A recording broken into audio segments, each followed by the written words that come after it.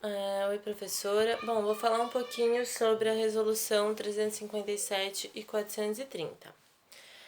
A 357, ela dispõe sobre a classificação dos corpos de água e diretrizes ambientais para o seu enquadramento. Ela não dispõe mais sobre os padrões de lançamento de efluentes, né? O que vai acontecer na 430. Então, a 357, ela considera o artigo 9º do inciso 1 da Lei 9.433, que a gente já estudou.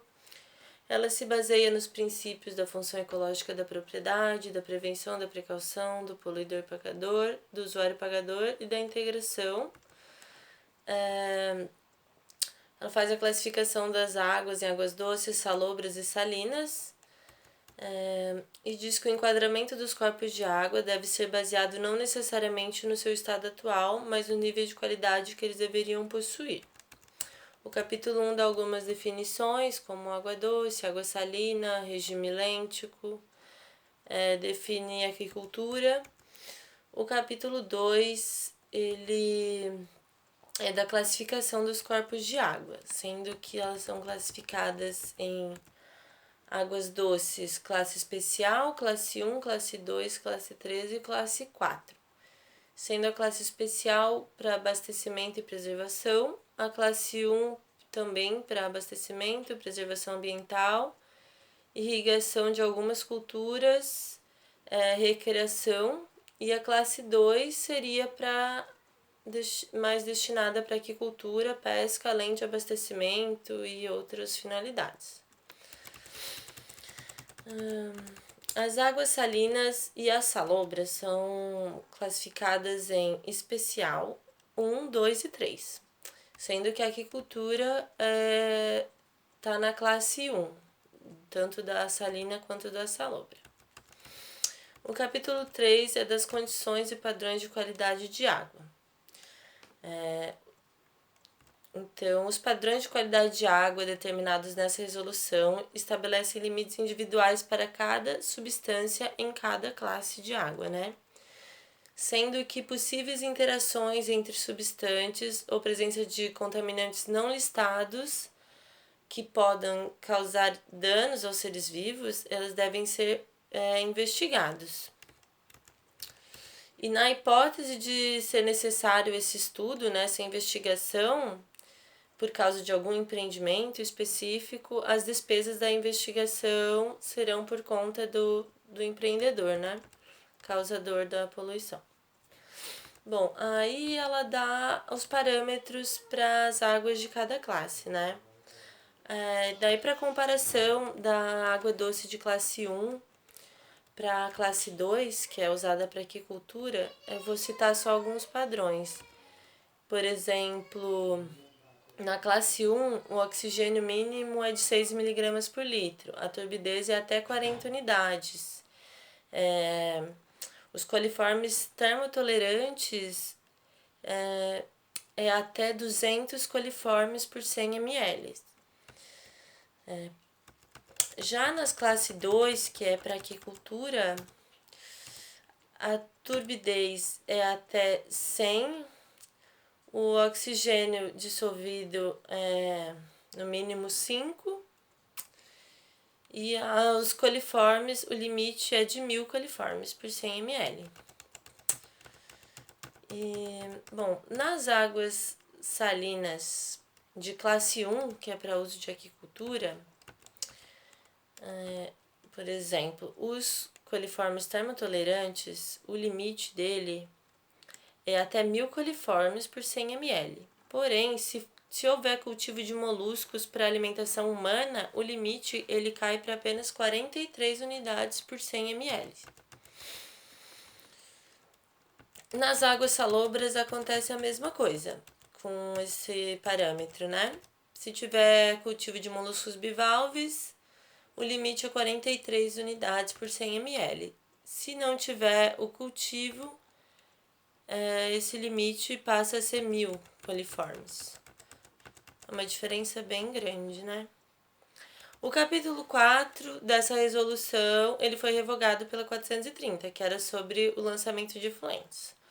O capítulo 5 é Diretrizes Ambientais para Enquadramento, que diz que o enquadramento do corpo hídrico será definido pelos usos preponderantes mais restritivos da água, atuais ou pretendidos. Eu esqueci de falar também que na tabela onde dá os parâmetros, né, o máximo de substâncias orgânicas e inorgânicas, quando essa água é usada para aquicultura e para pesca, esses parâmetros mudam um pouco, sendo algumas substâncias alterado o valor ou até adicionadas novas substâncias para parâmetros. Eu vou falar um pouquinho agora sobre a 430, que é sobre condições, parâmetros, padrões e diretrizes para a gestão do lançamento de efluentes, né, que altera a resolução 357. O capítulo 1 dá algumas definições e o capítulo 2 das condições e padrões de lançamento de efluentes, disposições gerais. O efluente de qualquer fonte poluidora só pode ser lançado diretamente após o devido tratamento e obedecendo condições e padrões e exigências, né?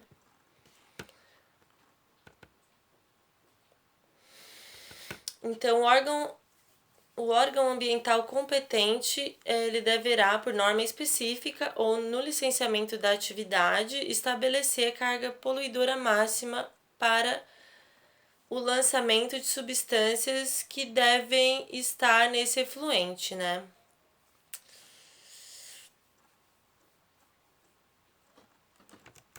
O órgão ambiental poderá exigir nos processos de licenciamento ou da renovação uma apresentação do estudo da capacidade de suporte do corpo receptor. O estudo dessa capacidade de suporte deve considerar a diferença entre padrões estabelecidos pela classe de águas, né, e as concentrações que existem no trecho desde a montante, estimando a concentração após a zona de mistura. O empreendedor, no processo do licenciamento, ele informará ao órgão ambiental as substâncias que poderão estar contidas no efluente gerado, listadas ou não, né, na CONAMA 357. Sob pena de suspensão ou cancelamento da licença expedida, né, se ele não informar. O lançamento de efluentes não pode exceder as condições e padrões de qualidade de água estabelecida para as respectivas classes.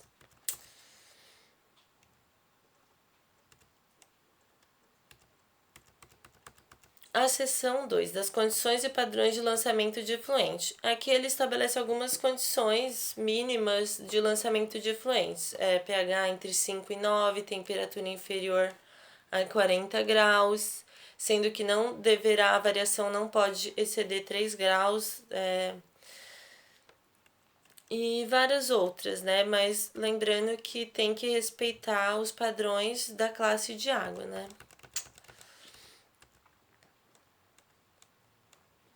Em caso de locais que tenham histórico de floração de cianobactérias, poderá definir padrões específicos para o fósforo, né, que causa floração.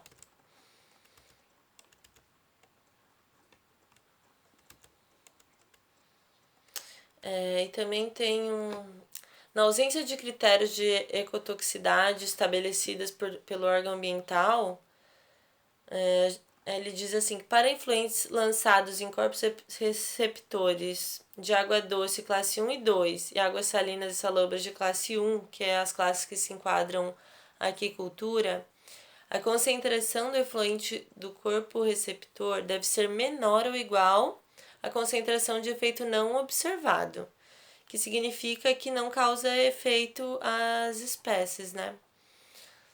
Em pelo menos 2 níveis tróficos.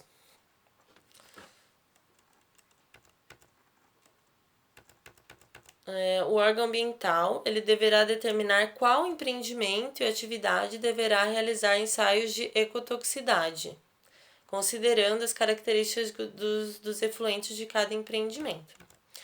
O capítulo 3, diretrizes para gestão de efluentes.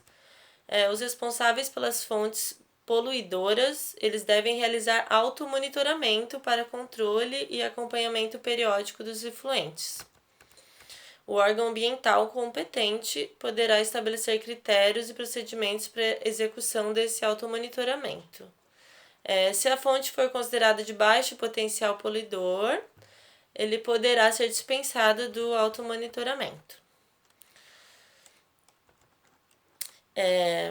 As fontes potencial ou efetivamente poluidoras deverão buscar práticas de gestão de efluentes com vistas ao uso eficiente da água, a aplicação de técnicas para redução de geração e melhoria na qualidade de efluentes gerados e, sempre que possível, proceder à reutilização. E aí ele diz aqui, no caso de efluentes, onde o empreendimento pratica o reuso da água e ocasiona no aumento da concentração de substâncias no efluente, o órgão ambiental poderá estabelecer novos limites para esse empreendimento, né, por ele estar reutilizando água.